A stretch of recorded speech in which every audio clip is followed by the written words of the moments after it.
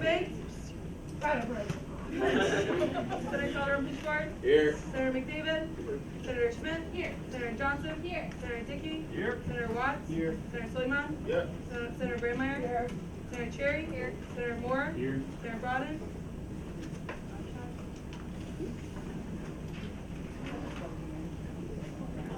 Senator Schumacher? Senator Pearson? Here. Senator Matari? Senator Chihuahua? Present. Senator Stiff? Here. Senator Weinzierl? Here. Senator Vanna? Senator Bashal? Here. Senator Cook? Proxy. Senator Nerlis? Here. Senator Karki?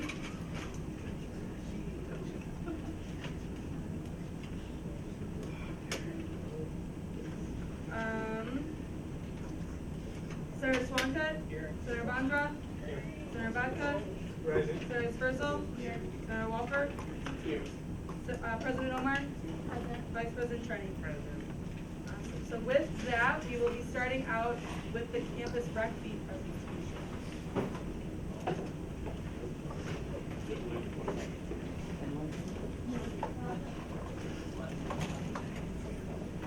Oh yeah, so for budget presentations, this is obviously the most important time to not only ask questions, but also to pay attention and take notes so we don't get confused during the budget meeting. So please keep your phones away, keep your laptops away. Just, we need to be taking notes so that we have an educated budget meeting, so we don't. Yeah, so please pay attention. Thank you. Is this on? Should be on. Test, test, test, test. No, it's not on. I think it's. Is it? Can you hear me better this way? Yeah. Thank you. So again, Todd Pinkston from Campus Recreation. This will be brief today because this fee, as John Volkock alluded to last week, is basically not a negotiable fee. We have to pay it. But I first off want to introduce Kayla McGuire. He also serves on our Campus Recreation Fee Advisory Committee, also Senator McDavid as well, and we had two other students, and then the Campus Rec staff was on that committee. But as far as the Campus Rec facility fee, back in 2007, there was a referendum and it failed, but then in 2008 the discussion came around again, and why the fee? It was to basically rebuild our outdoor rec fields. They were poor. Back in the day when I was an undergrad and graduate student, we had space, but fields were undulating, no drainage, no irrigation, just very poor condition. It was a safety issue. So we got on board, addressed the issue, and Kevin Beisman was involved in those discussions as well because it involved the outdoor track. And there was actually a tree growing out of one of the lanes of the old outdoor track that had been really condemned. And there was some work that needed to be done to a practice football field as well. And then also an on-campus fitness trail and light some of our fields, but really it was about safety. And then a need for some storage. We did have an old storage, like a Morton building, but restrooms, we had to go to Gage Residence Hall towers to use restrooms, and that just wasn't feasible. Sam? So the space is basically south of Stadium Road. Is that outdoor recreation athletic field block. So south of Stadium, what it included was a rugby pitch, 2 lighted softball fields, lacrosse field, 2 more additional softball fields with outfields for football, flag football, fitness trail around the whole perimeter, new outdoor track, and a soccer pitch in the infield of that. And then we also redid athletic football practice field 3 in that remodel. And that was voted on by U.S. students in spring of 2008. Came to student government, a motion was made, just a whole bunch of discussion throughout the course of fall and into that spring semester, but in February of 2008, U.S. students said, student government said, yes, we want to do this, but it was half of the cost. It was a $7 million program. So we go to the next one. So the fee actually shows up on your tuition and fee bill as a campus rec facility fee. And like I said, the discussion that took place and the U.S. students government voted on that. A debt service to be paid back over 20 years, so it'll actually sunset in fiscal 29, but we will need to revisit that fee because not only does that fee pay for the construction, paying back the bonds and the cost of construction, but there's also annual operations and maintenance dollars, and we'll get into that in a little bit here. Next slide. So as far as revenue, what you're being charged on your tuition and fee bill, $2.50 per credit hour, banded at 12 credits, so $30 per semester for a full-time student. We take in approximately $820,000 a year in student fees. We earn interest on that as well. And then a breakdown of the expenses. So the $7 million construction, we pay it back over at $503,000 a year, just on the bonds for the construction. There's a fund assessment of about $14,000 a year. Operation and maintenance, so staff, fuel, utilities, materials and supplies, approximately $135,000 a year, just to do all the maintenance on those fields. And then we have a renewal and replacement fund, about $70,000 a year we've been setting aside, and I'm going to get into a little bit more discussion on that because that's a key piece of what we've been doing to some of those fields and some of the discussions that we've had as a Campus Recreation Fee Advisory Committee in the last weeks. And then operating reserves, we always have to keep at least a 3-month minimum of operating reserves. Just in case enrollment drops, we still have to pay the bill each year, right? So we've got operating reserves there. But this renewal and replacement fund, that's the key piece of this. So with monies that we have in there, it was just a few years ago, our Campus Rec Fee Advisory Committee, we got together, talked about it, and we came to you as a student government and said, you know what, we've got this softball field here, field 4, underutilized, and we have a need for more soccer space. So what we did, we converted this infield to grass, and we've got another open rec soccer field here to use, and that's been a nice addition. But money from that repair and replacement fund paid for this, and we didn't have to come back to you as students to pay for that, because we were setting money aside in a fund to do those kinds of things. We've replaced mowers twice already in the 11 years that we've had the fields, to the tune of about $50,000 per mower, so it's not cheap. We're currently in the process of these 2 fields up here. Since the time of construction, it seems like have not drained very well, the infields of those fields. The outfields are fine. But, so we're working on those 2 fields to take care of that issue. And that comes at a cost. But there's money set aside in a fund to do that. So again, we don't have to come to you as students. So I want to let Kaylin talk briefly about what our thoughts were in this meeting about another project. And you've heard of this project before, I'm pretty sure, but I'll let you talk a little bit about it. So there is money set aside. So our plan would be to renovate this infield soccer area there on the infield of that track, and instead of having grass there, put synthetic turf.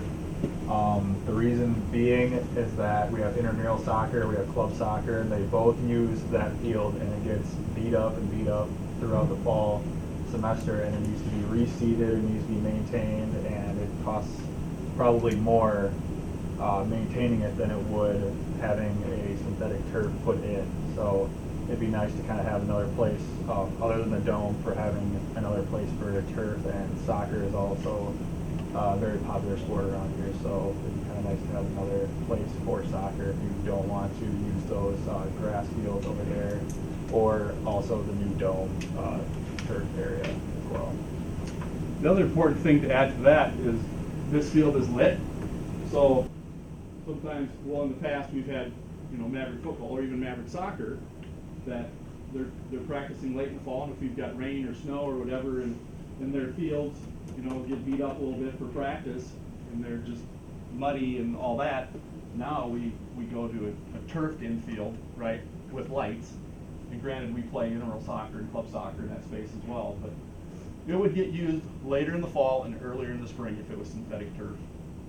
A lot of the springtime is spent just not using that field so it can rehab, because we beat it up so bad in the fall that we just leave it alone in spring and summer so it gets ready for the next fall, because we play all of our outdoor soccer basically in the fall, along with the majority of club soccer is played in the fall. So again, there's money set aside to do a project like that. I checked and saw what the balance in that account was, because that would also be for replacement of the outdoor track, but that outdoor track is already 11 years old and we don't see much wear there. So we don't think we're gonna have to replace that anytime soon. But we have about $627,000 in this account, okay, that's been building up to do replacement and all this kind of work. So there's not enough probably to do this yet, because if we think it's probably gonna cost and I'm working with facilities management to get a better number, could be $750,000 to put turf in here. And that should last about 20 years if that project would move forward. And it's a project that can get done in probably 4 or 5 months. But there's not enough money now, but it's food for thought that we'd like to, to pursue potentially that project and not asking you for any more student fees. We stand for questions. Are there any questions about the fee? Any questions, Senator Pearson? Do you gentlemen know what the cost difference of maintaining a grass field versus? I'd have to go after that, but throughout the course of time when you talk, water and seed and all those things, and the time that it takes, and staffing, to mow and do all those things, that money does add up quickly as well. And Kayla alluded to that, but I have to come up with a number. Bruce Lieberman could help me out with that. I could bring that back. I'll make a note of that. Senator Walford? Are there any maintenance costs to the bays in that field? Yeah, you have to groom it like we do at the new dome field. Yeah, so there's there's staff involved in grooming it, and we do have that staff member already in place with the outdoor rec field project. It's all built into the budget, so the money is there to take care of it. But yes, there are some things you have to do to maintain it. Groom it, drag it, sometimes put new rubber infill in it. Senator Stitt? I'm not interested, but what do you think the most important project you're working on next would be, and why do you think it's the most important? Yeah, I think it's that one. We've talked about putting an addition onto the rec center as well, but that's about a $9 million project. This is considerably less, and if we have money set aside to potentially do that. But the benefit is later in the fall, earlier in the spring, that we can get on that field. We don't have to worry about the wear and tear. And it's a lit field. Having a lighted field is always an advantage. Thank you. Because the dome field is not lit. So in the spring, summer, and fall, when the dome is down on that field, there's no lights on that, so we can only use it during daylight hours. Senator Spursel? How long do you think it'll be before you have enough money in that account to go forward with this project? It could be a couple of years. Senator Dickey? So with the renovation project, would you plan to pay it in full, or would you try to finance it through debt, like previously stated? Good question. I'd have to probably get Vice President Straka involved in that conversation. But we've talked about it. Steve Smith, Vice President Jones, Vice President Straka. Senator Pearson? Have you surveyed the people who play on the grass field and welcome to the change of the synthetic turf? We have, and I know Senator McDavid, he had some comments. We collected some comments. Another individual on the committee also had some comments. And yes, we have surveyed. So the committee went out right away after our first meeting, and they collected, and what we heard was, yeah, let's do it. A few people said, no, I don't want it. Why did you put a dome up? They had, some of the naysayers as well were out there, and that's fine. But we did collect information. But the majority of people said yes, let's do it, because there's no additional fees. Any final questions? Any final questions? Seeing none, thank you guys. Thanks. Next, we're going to have the intercollegiate athletic fee. Sorry, there's a little rotate in the agenda.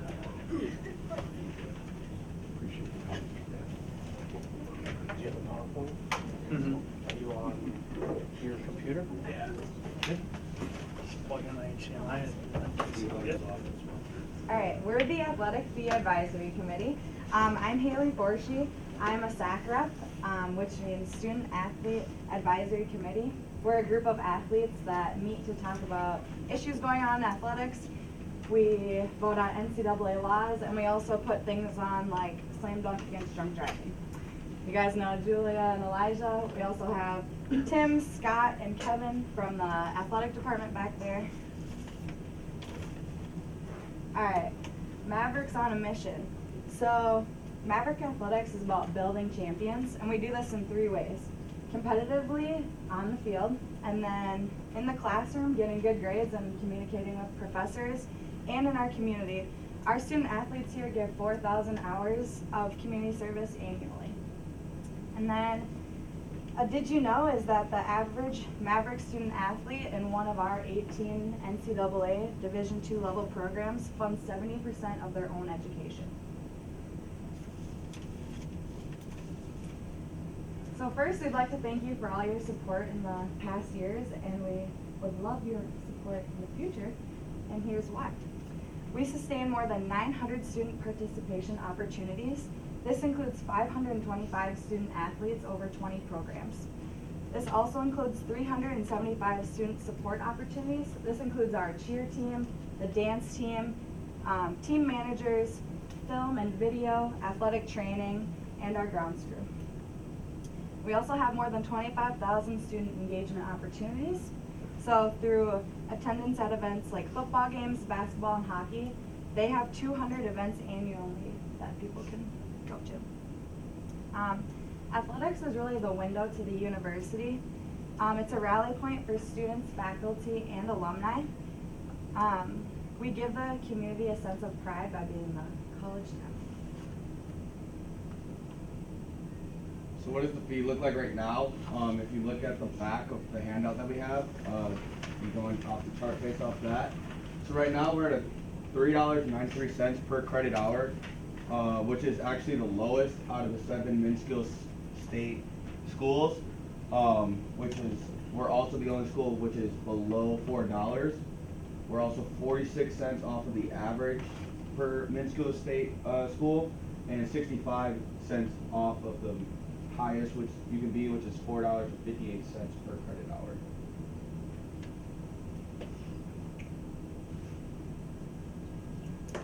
So if you look at it over the past 7 years, since fiscal year 13, we've seen about a 2% increase average out. But if you look at the enrollment, we're down 8%, which over those years would basically come out to like a 1% growth with the increase that we asked for.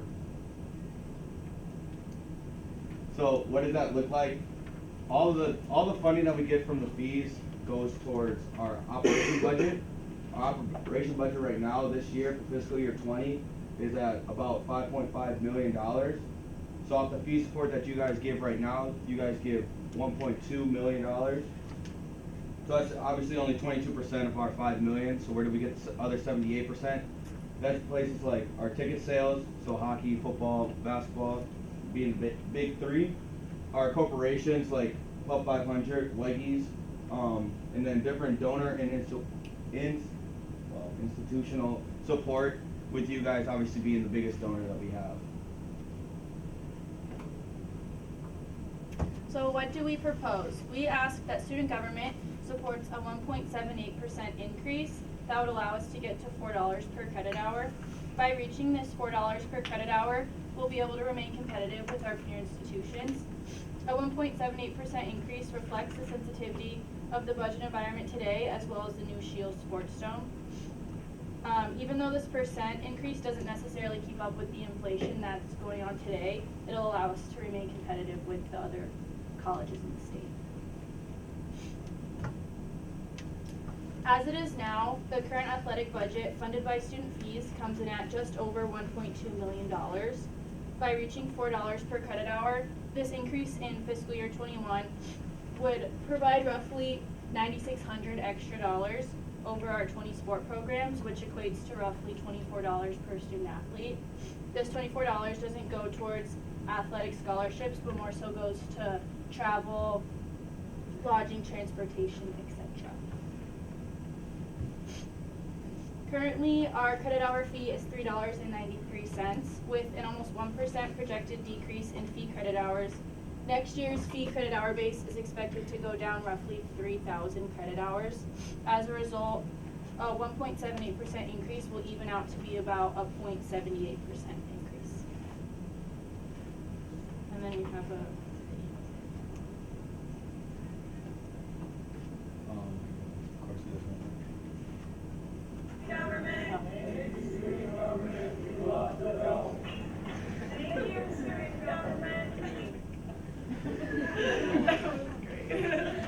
Now it's time for questions. Awesome. Are there any questions?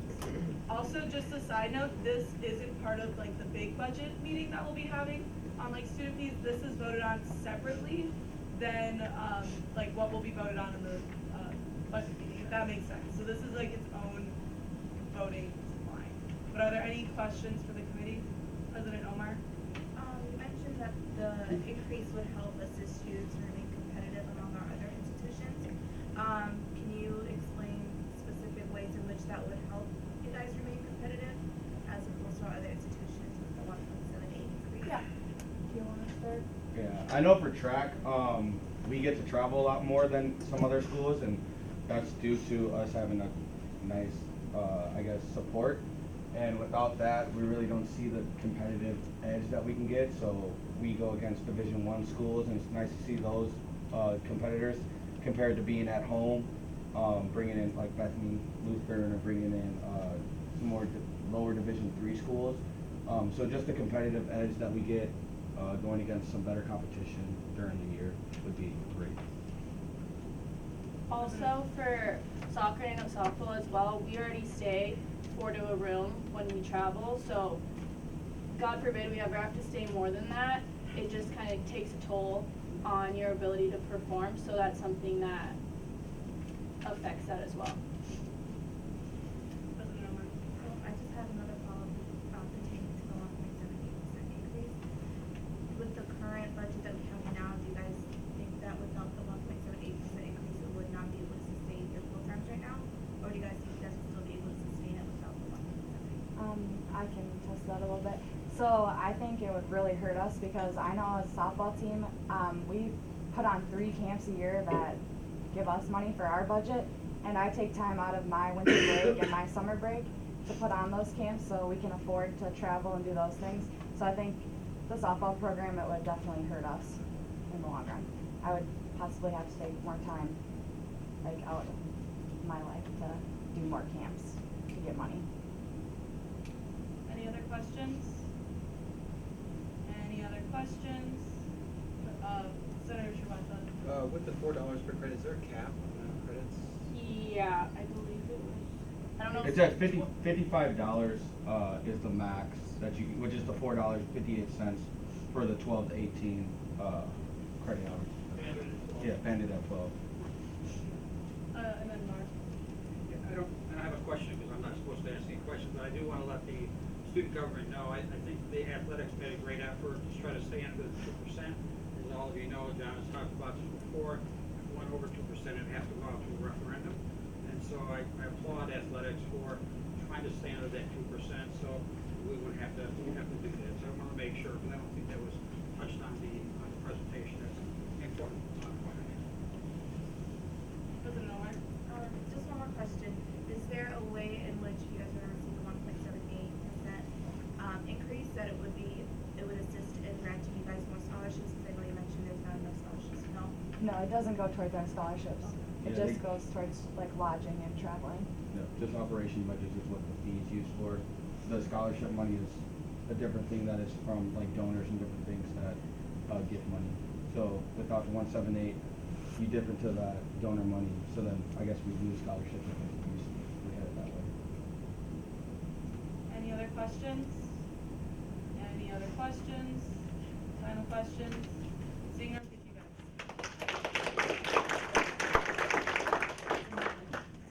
And then we'll move into the student health services.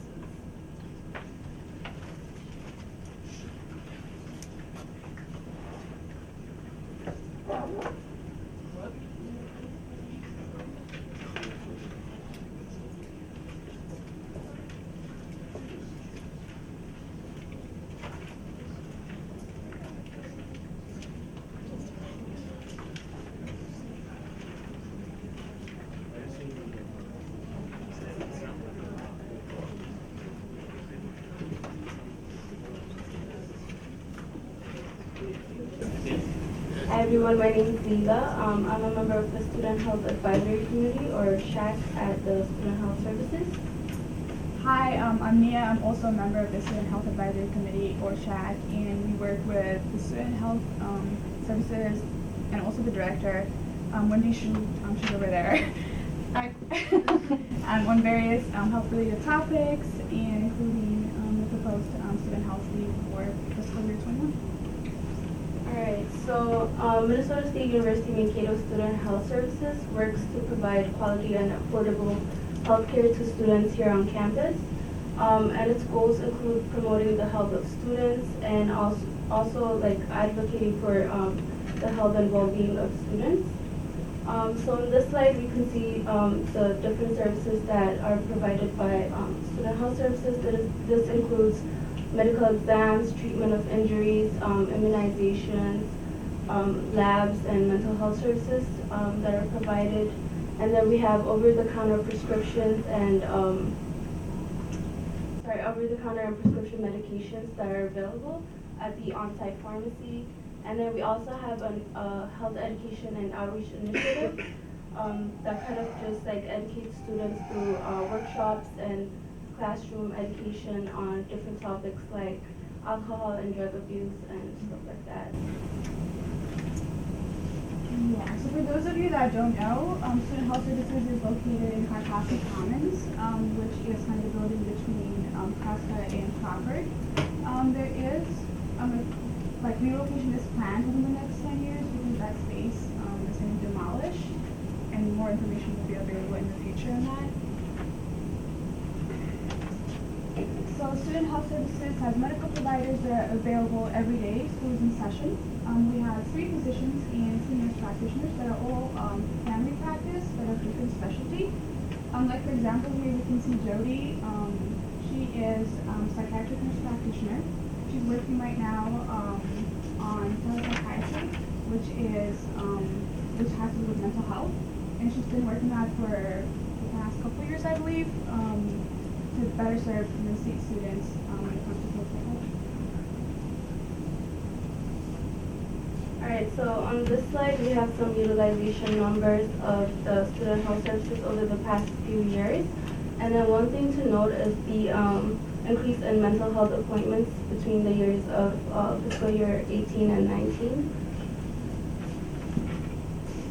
And then Student Health Services is also accredited, has been accredited since 2003. And then we have a planned meeting with the association on March 17 through 18. And we're preparing to make sure that our practices are aligned with their standards.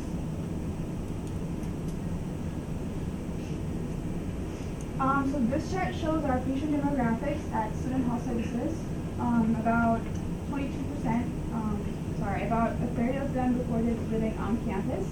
And the age range, as you can see, is between 17 and 26. Next slide. This chart shows that 22% of from our student from our patients are international students, so 22% of them are, and 3/4 of them consider student health services to be their primary source of health care. Alright, so everyone should have a copy of the Student Health Services fee request. Health Services has not requested an increase for the last 3 years, despite the decrease in projected credit hours.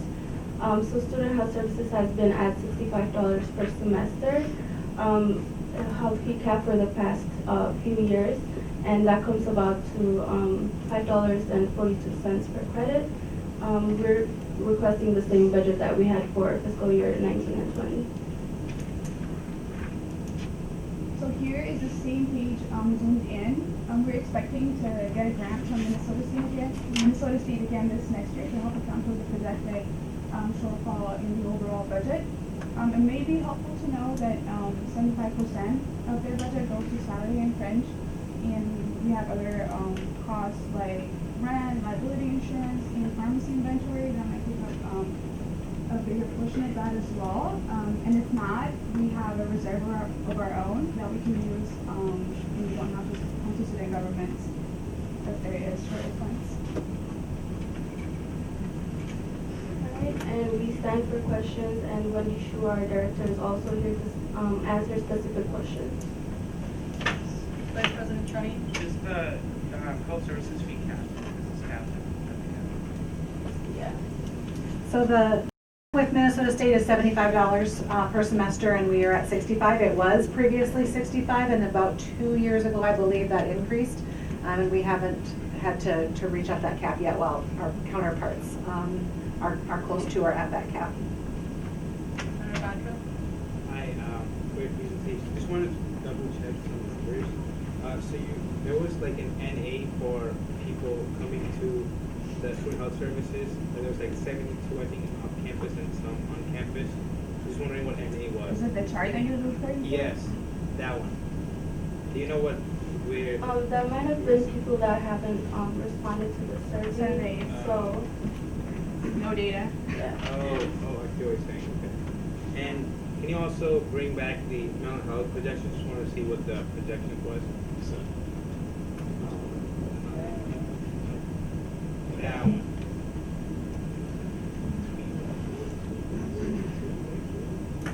Thank you.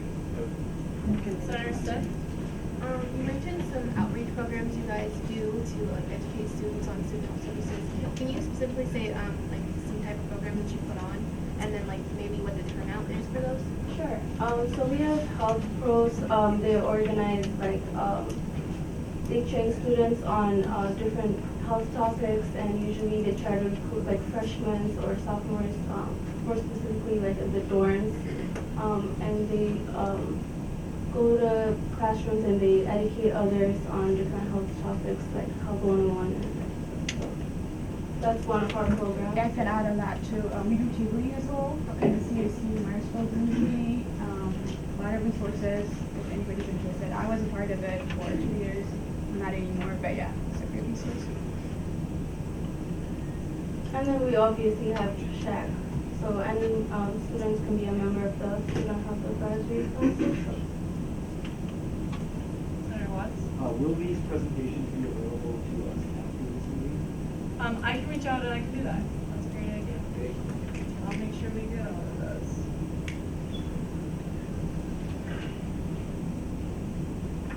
We can take more questions. Vice President Trenny? So you talked about that you'll be getting a grant from the state for the projected decrease in amount of money you're getting. Is that the whole cost of the 16? Yep. This year, we do have a grant from Minnesota State that's funding our telepsychiatry initiative that Mia referenced, and that has gone really well, that Jody Eglund has been working on, and we received renewal information from Min State, and they really said, like, these are the projects we want to refund. And so we fully expect, I will be disappointed at this point if we don't get that, and that's for $150,000. So that allows Jody to be out of clinic, that then can backfill her time with another provider that then would cover that $16,000. Are there any other questions? Any other questions? Any final questions? Seeing none? And now we have Councilperson Mike Lein from the Mankato City Council for us today. All right, good afternoon, everyone. Again, my name is Mike Lein. I'm the at-large member of the Mankato City Council and president, alum here of Minnesota State University from '92 with a mass comm degree. So I've had the ability to cram my 4-year degree into 6 like some of you as well, so I understand how it goes. Real quick, I'll give you the fun updates. This coming spring, we're going to redo the intersection of Stadium Road and Pole Road, which is better known as the stop sign intersection about a mile down from campus. That blocks up. So as you get over there by the Army ROTC building there, we'll put a roundabout there. So when we start fall semester, we'll have a new intersection that you can pause briefly and go through, as opposed to backing up all the way to Quick Trip. So speaking of Quick Trip, they have purchased the land adjacent to their property. They'll be expanding that facility, adding a larger footprint of both the building and more fuel stations.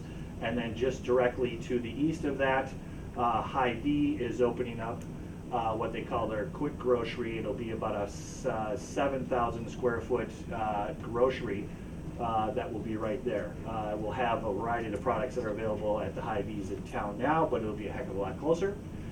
Between the university and also the neighborhoods, they realize that that's a apparently it's called a food desert at this corner of town without having anywhere for that. And nothing against CVS, but you know, at least your chips will be a little more moderately priced. So, although I live over on Cardinal Drive just off of Pole Road, so I kind of look forward to that myself personally as well. So, but one thing I will say, and this is really relates to the relationship that was developed several years ago.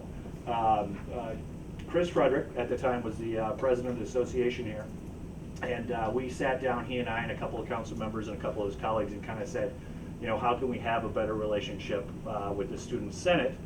The university president sits down with the mayor and the city manager, and they talk big stuff and little stuff, but the reality is that the people in this room have a better pulse of what's going on campus at times. So we said we need to have that relationship. So as we moved forward, a lot of things we talked about, whether it be housing issues related to rental density, or also how we handle drinking issues within the community, as well as what the expectation of the bar owners are. But one of the positives that came out of that was the green fee related to the transit system. And I can tell you honestly, that has made a dynamic difference in what we can do for transit as a community as a whole by having that funding source. Today, if we need to make adjustments to our routes, we can make those changes within 30 days and serve communities that are being missed. And I'll use the examples of the apartment buildings just off of by Summit there. You know, if 3 more of those buildings pop up this spring, we can move the bus route a little further down. 5 years ago, before that green fee, 6 years ago, before the green fee went into effect, we'd have to wait anywhere from 2 to 3 years before we got federal approval to extend it just that much distance. But because of having the financial resources of that green fee, but also then the critical mass of ridership, we can adjust routes like that. And not just here on campus, but across the whole community. So it's really helped us to be able to expand our routes. As much as they're a fixed route, and you see the maps and they only go a certain way, we have the ability to go a block or 2 off if there's a need for it. If we find out there's someone that literally can't get to the bus, we can bring that bus to them if that's the case, both in a mobility perspective as well as just the logistics. So that's the flexibility that, you know, the economic impact is one thing, but that's the flexibility of the wisdom of this body has seen in the future, and we're seeing that benefit right away already. So thank you for that. One of the other activities going on is just as of yesterday, if you go to the city's website, there's a sound off piece. We're looking at how we're going to redevelop the Riverfront Drive corridor in Old Town. So from Vine Street, which is by the Wine Cafe, all the way down, excuse me, I'm going the wrong direction. Vine is on the other end by the Veterans, or by Vetterstone Park, towards where the mill is, the flour mill. That whole corridor, the sewer and water pipes underneath there are approximately 45 years old, and they've lived a good life, and they're starting not to work as efficiently as we want. So in 2021, we needed to tear that street up and put those new infrastructure pieces in. And at that point, we realized we want to have the conversation of what does it look like now on those streets, and what do we want in the future. And it's a dynamic corridor. You have a lot of retail there that's been growing up in the last 2 or 3 years, and there's a lot of pedestrian foot traffic both in the apartments there as well as having Vetterstone Park. And there's a lot of access around, as well as you have commercial entities like the mill. There's also a foundry and also a metals recycling facility there. So there's a lot of industrial traffic, again, sharing that corridor, along with everyone that uses that to get from one end of Mankato to another. So we're having those conversations with those businesses and those property owners, as well as the community as a whole, of what do we want it to look like. And we have 3 options out there. One is to keep it as is, for lack of a better way to say it. One is to take away all the parking and make it more automobile friendly.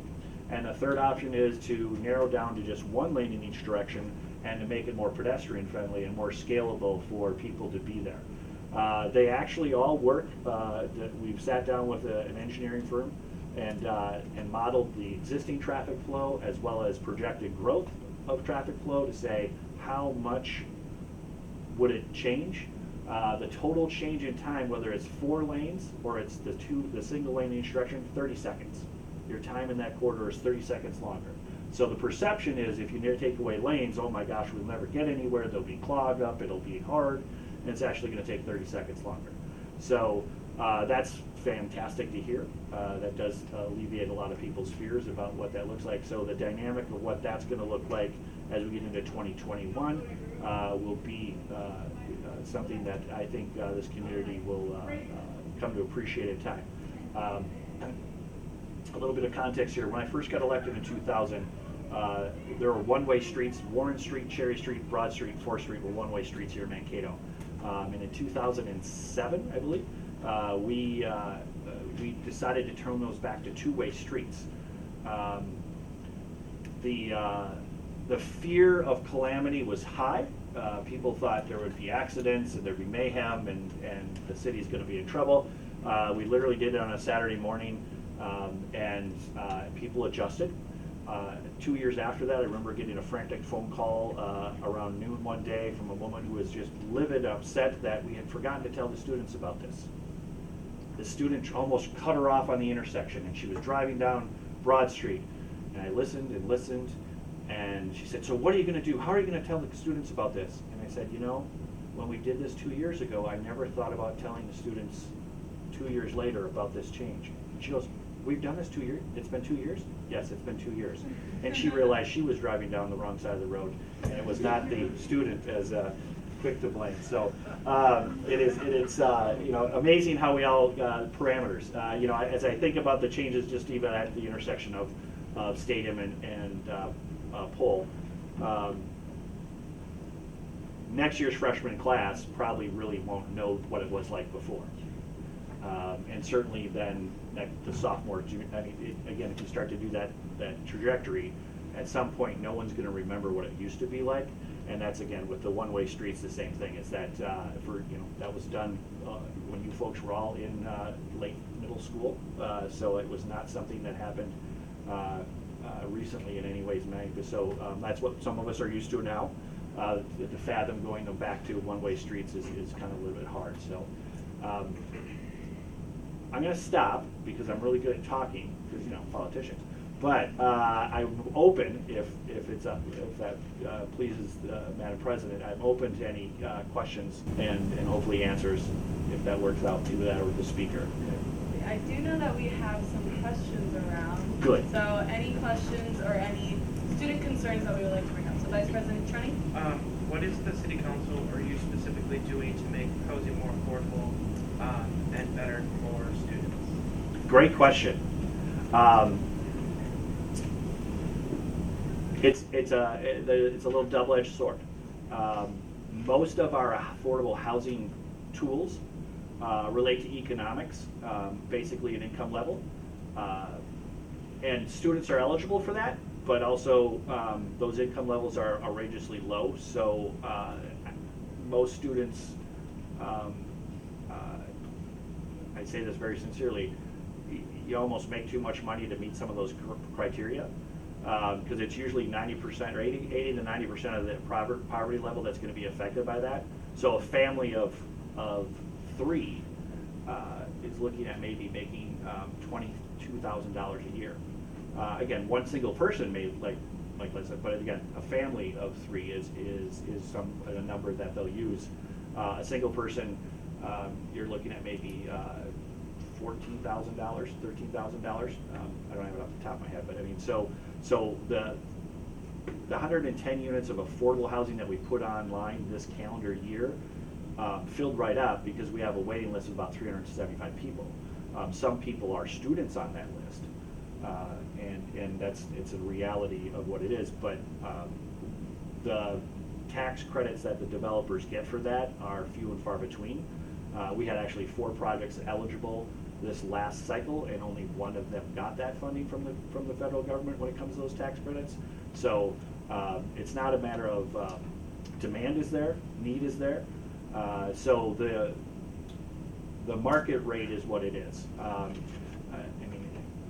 MIT has a great study that they look at it and what it costs to live in areas. And for the Mankato, North Mankato Metropolitan Statistical Area, a single person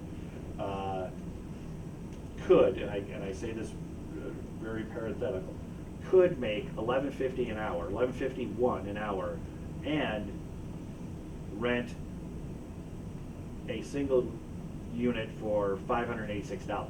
Now, I know those exist in Mankato, but I also know that they're full. And there's probably, 30 of them across the whole community at that price point. And I know what's available here on the Hilltop immediate campus, as well as you get a little bit further out on the other side of Quick Trip. Those price points are significantly higher. And it's a challenge. How does the council inject dollars in there? Most of the dollars that I'm referring to right now are federal kind of housing dollars that we're eligible for versus property tax, because that would be the only other option. We do have the ability to potentially use sales tax for that, but as much as sales tax always gets banded around, it's relative to, right now we're generating anywhere between $5.2 and $5.4 million in the 0.5% sales tax. Most of those projects are $20 to $30 million projects, so it's tough to say, well, let's put $5 million down this year for one project and get 100 units of housing, but then we won't be able to do anything else with that dollars, and so that's kind of the challenge.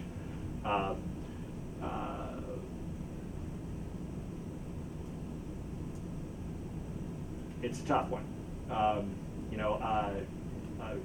I also know that there's members of the Mayo Health System's staff that are struggling to find housing in their price range. And doctors and anesthesiologist folks, they make a lot more than students and folks like that. So they're saying they can't live here because they can't find something in their price range. So affordability is kind of affordable to whom?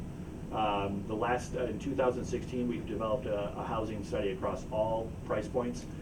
We were about 437, I think the number was, 437 units across the board that we needed. And again, I just mentioned 110 units of affordable housing next to Rosa Parks on Timberwolf Drive. That's one facility that's coming online this coming spring. That has 84 of the units there are income-based, the rest are market rate. Then we have another one, Common Bond, behind the Madison East on Adams Street area there. That is they have one apartment wing already built, that's full. They have a second one that they're starting this spring that'll be open in fall of next year. We're not there yet. It is a tough one. Where's our role? It's not an easy one. Can anybody ask an easier question? Thank you, sir. Thank you. President Oman? You mentioned building relationships between the different universities and city council. For the general student, is there a way in which city council can help build community with the students here at MSU and the Mankato community, because that's a bit distant right now? In what ways would you possibly go about implementing that? Sure. There's some systems already in place. For those of you that live in the Lincoln Park neighborhood, there's a neighborhood association there. Washington Park has a neighborhood association. Turtle Lot has a neighborhood association. Windover White Oaks. Those are neighborhood associations. I would say, as much as you're only here for a period of time getting your degree, my gosh, get engaged with those people, find out who your neighbors are. Not only can you borrow the proverbial cup of sugar, but you can also help each other out when cars are stuck. And there's babysitting opportunities.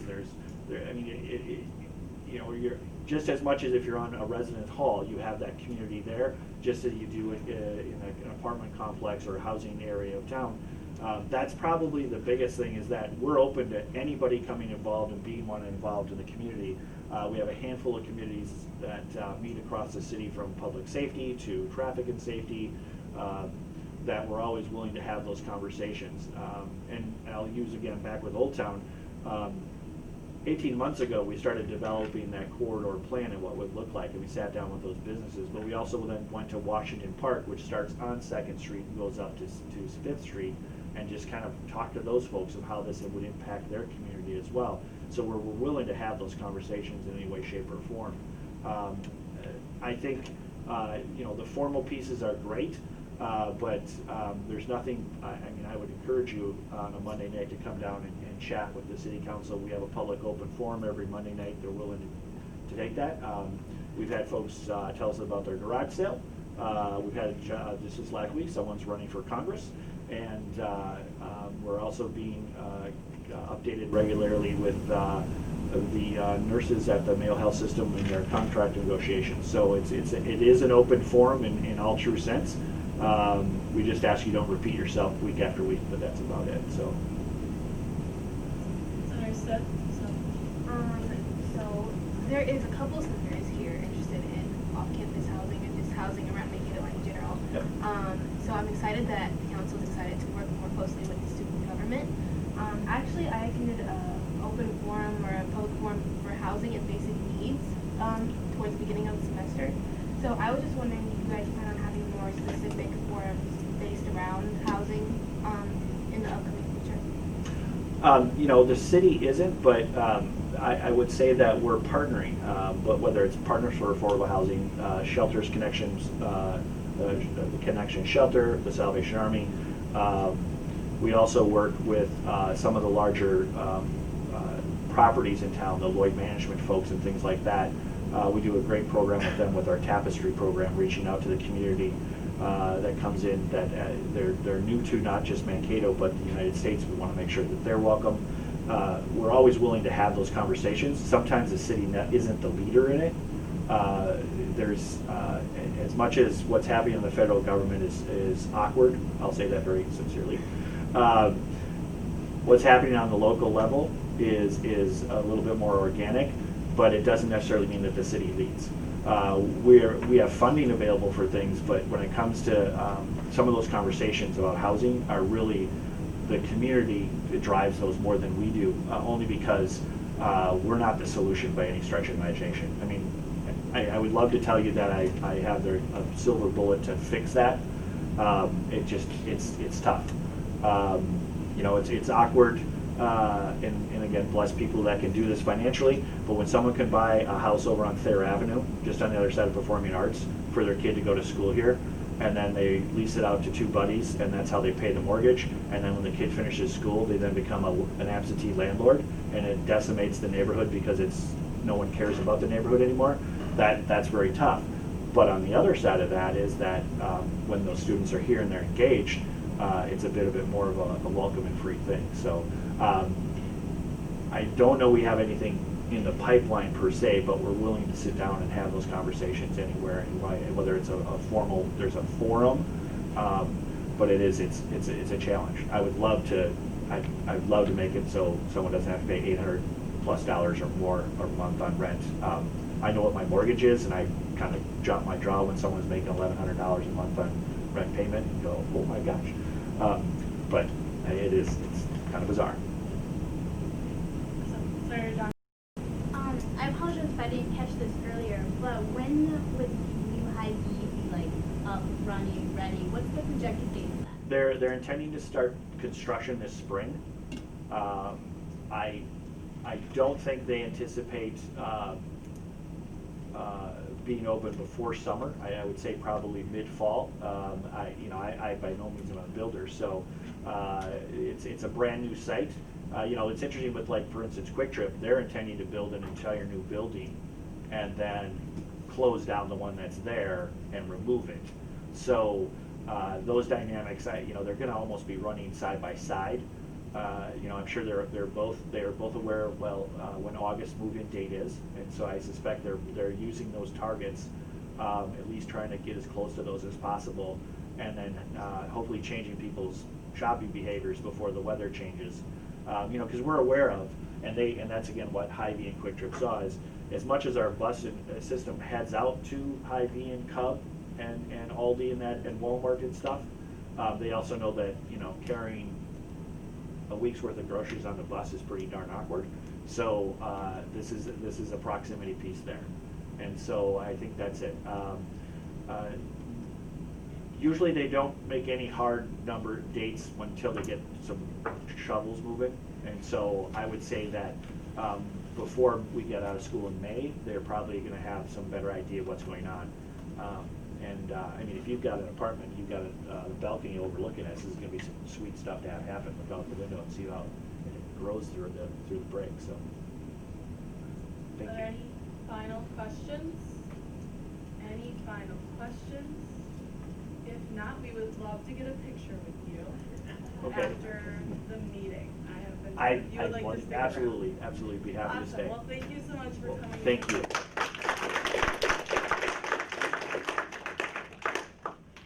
Okay, so now we will be moving into open forum. Elliot, would you like to go? So yes, tomorrow and next Thursday we have 2 bike maintenance programs in Nicolette Bike. Starting at 4 o'clock. There's options to ride the van with us. We have 2 vans reserved if you'd like to ride with us, save some time. But if you also have plans otherwise, you can feel free to meet us there starting sharply at 4. It's $5, super cheap. We'll just go basically like nomenclature of the bike, how to fix it, and then hopefully later in the spring we'll kind of dovetail off of this and go on a bike ride. So if we need to employ any of those types of skills, we can do so. So that's what I got for you. Thanks. Avery from the Yeah. Hey everyone, I'm Avery with Elizabeth Warren's campaign, so I'm a staffer here in Mankato and all over the 1st Congressional District. As you guys may know, we are going to be voting in Minnesota in like 6 days. So has anyone casted a ballot early? Absentee? Yes, proactive. We love student government. We love the proactiveness. It's great. If you have not yet cast your ballot, please go and do so. I don't care who you vote for. I know that doesn't sound normal coming from someone who's working for a presidential campaign, but as long as you are voting, that makes me happy. If you have any questions about Elizabeth, please let me know. I've got stickers, information, and I'll be hanging out. Yes, stickers are like everyone's favorites. I wish I had pizza or free t-shirts, but I only have stickers. I know that's the currency at universities.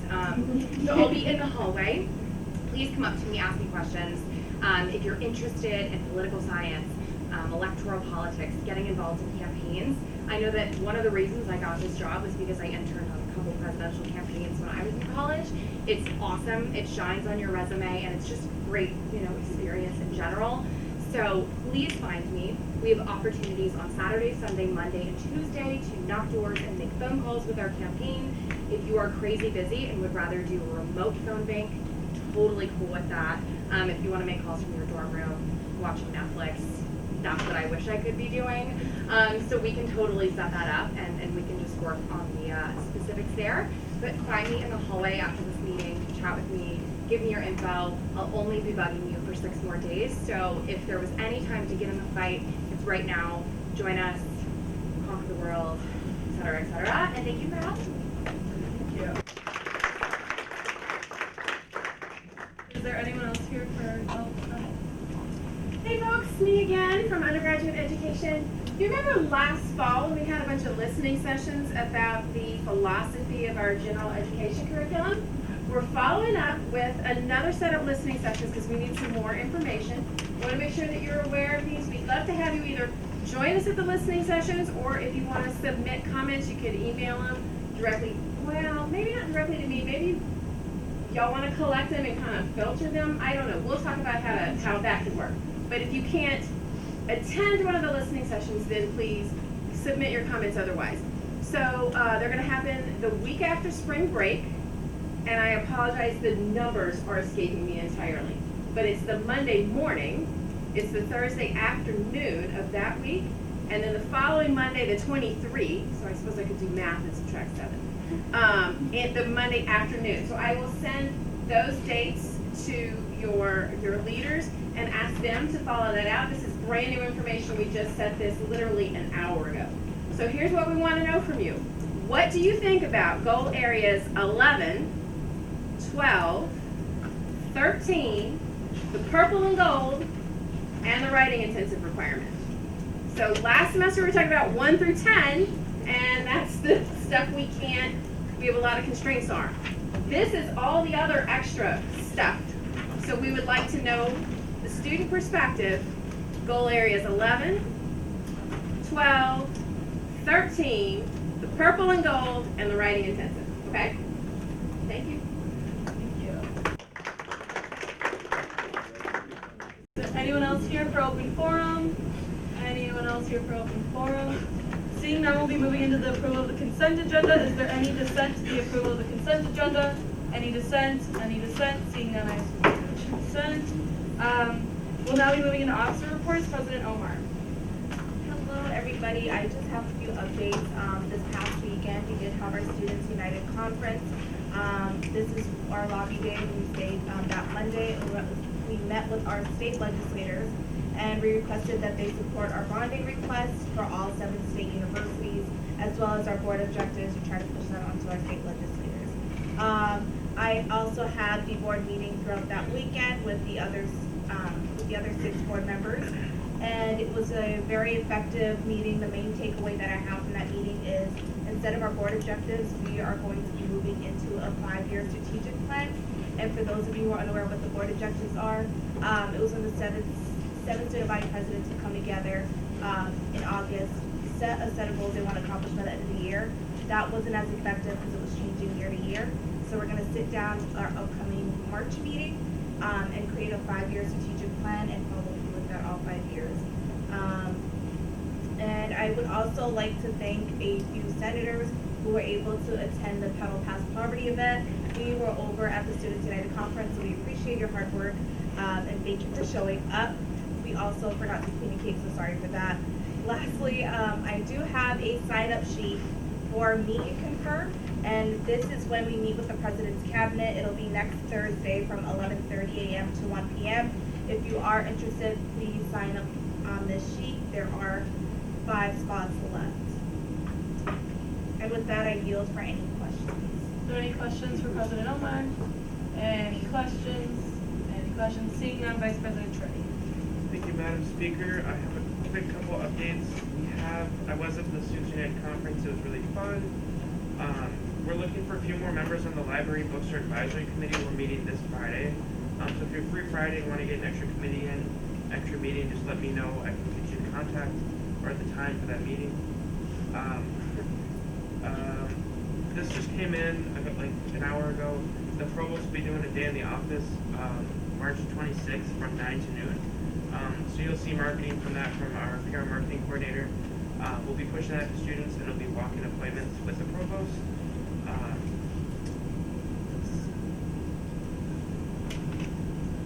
I think that's it.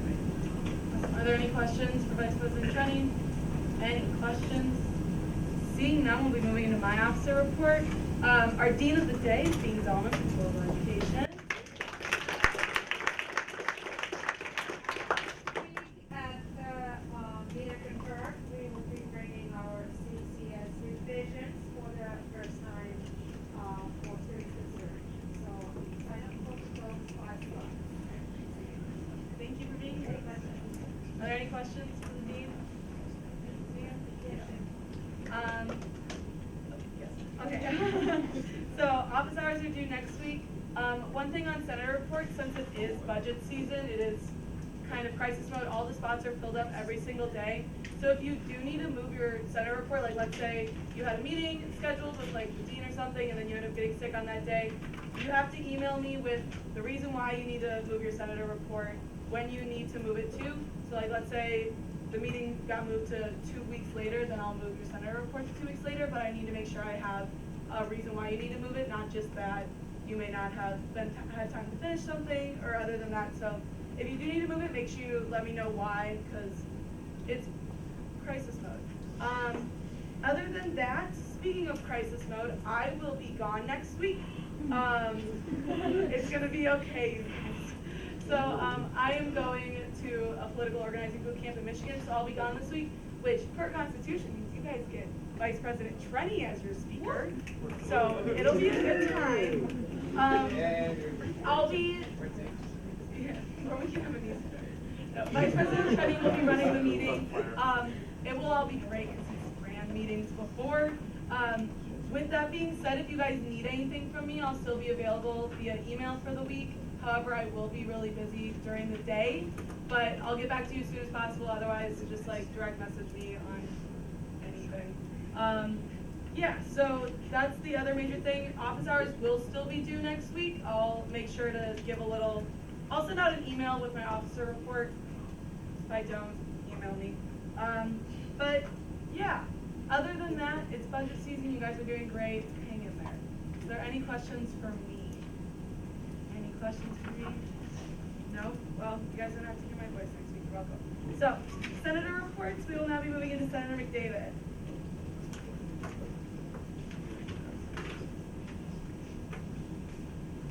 Everybody, my name is Matt McDavid. I'm a senator for the College of Allied Health and Nursing, Elijah and Gretchen, wonderful people.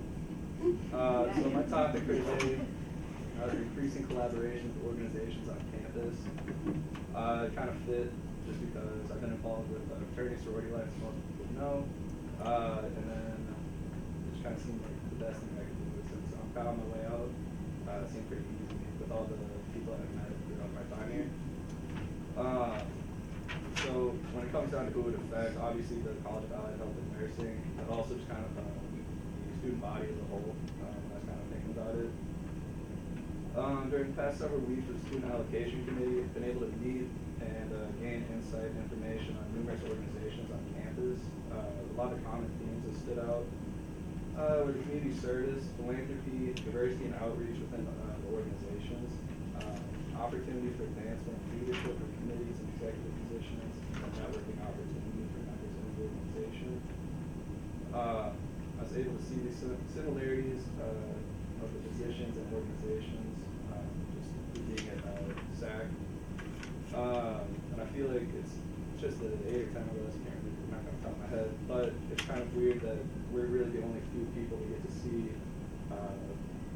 these organizations. They have to come and present to us, so we're being presented the information strictly for budgets, and it just seemed like a logical thing to do. We need to kind of take the similarities and kind of connect the dots between other organizations that are similar. I know for fraternity sorority life, we're going to do a lot of diversity and outreach. Obviously, the International Student Association is on the same page, but we don't really reach out and work with one another, so it's kind of light bulb during one of our meetings. The success of one organization can impact the members that are involved, but success through collaboration can benefit multiple organizations and potentially the student body as a whole.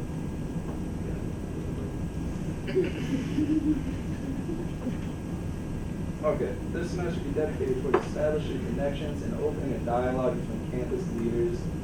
Through these connections, I believe each organization can work with one another to plan events together and create a common shared schedule for OneDrive for the upcoming fall semester, where I need you guys to come in. I was able to hear from organizations presenting the SAC. Okay, if anybody in here is involved in an organization that you believe could benefit from involvement in this role, please feel free to contact me so I can add the information from your organization to the document I'm preparing. Hopefully by my next report, I'll have a rough draft of what I'm talking about, and I can kind of share it with anybody that wants to get involved, and then I just send out copies of the email.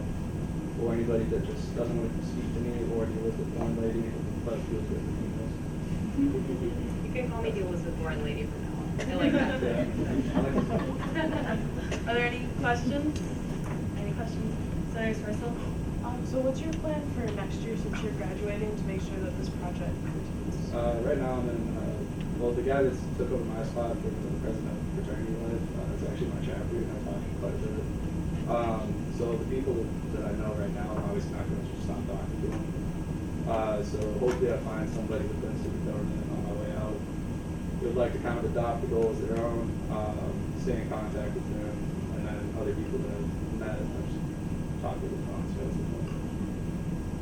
Are there any other questions? Any other questions? Seeing none?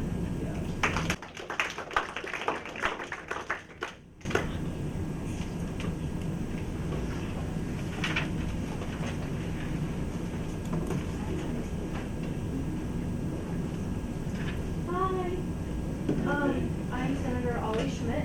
I'm with Arts and Humanities.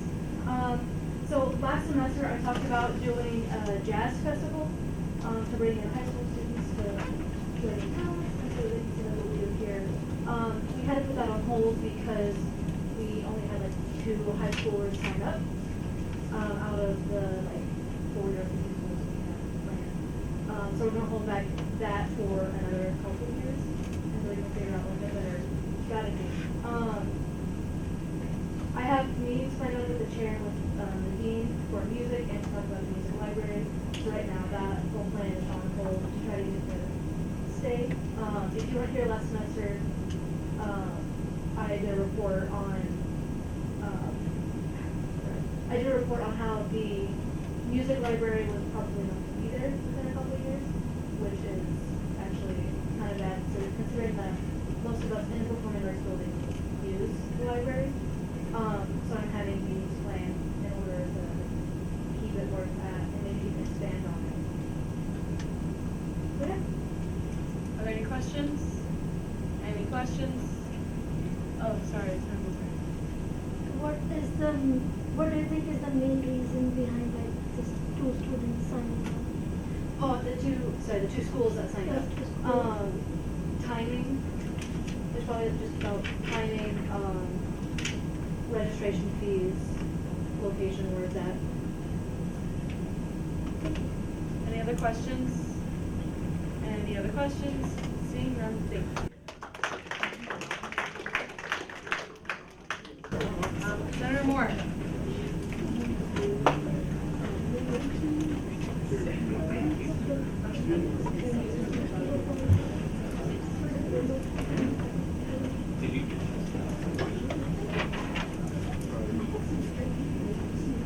Hello everyone, if you don't know me, I am Senator Terry Moore.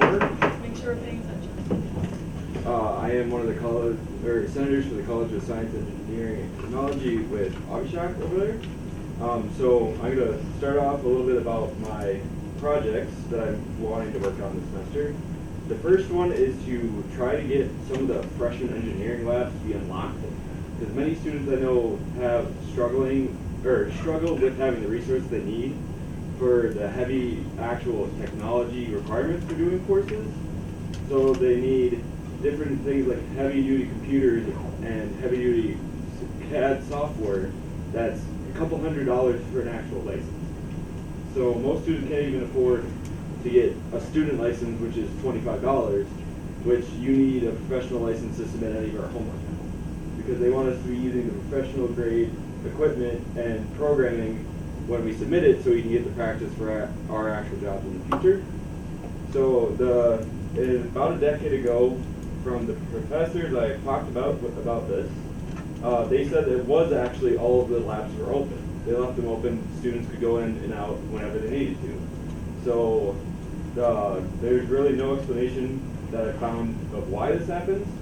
So my current plan is to ask the dean about it and see if they know what it was that made this policy happen, where it makes it a little bit harder for students to get the resources they need. My second project right now is something I actually ran on, which is a robotics team here. I am currently setting a meeting with the director of undergraduate research about it. We have been dodging for a week or so about setting up a meeting about that, because he is wanting to he's very enthusiastic about starting the program, and he's already started it in motion. So I'm trying to get an update of what his progress on the issue is and how I can help him further it along. And on that line, I am joined up with the American Society of Mechanical Engineers to help further this progress, because that way we can have an RSO and an organization that's already founded and have it underlined inside of the ASME chapter, because there's actually already design and robotics competitions run through the chapter for just the chapter ASME members itself. So the kind of goal is to make an organization for robotics that allows everyone that wants to be involved, rather just than American Society of Mechanical Engineers members. And then finally, just this morning I set a meeting with the dean for next Friday. The main thing I want to talk about is the engineering labs being unlocked and integration into MAVRIK, so that the college could have its own page. It'll have office hours for professors, for faculty, and everyone that really is important to the college, because many students are struggling with finding people that they can talk to, or finding just times that they can get help from their professors and other students if they need it.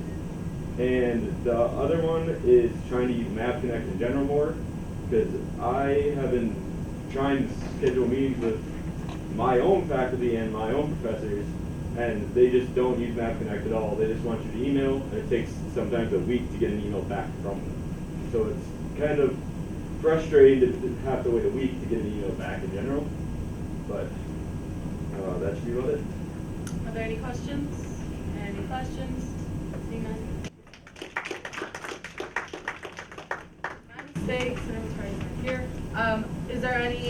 There is no old business. Are there any motions for new business? Any motions for new business? Motions for new business?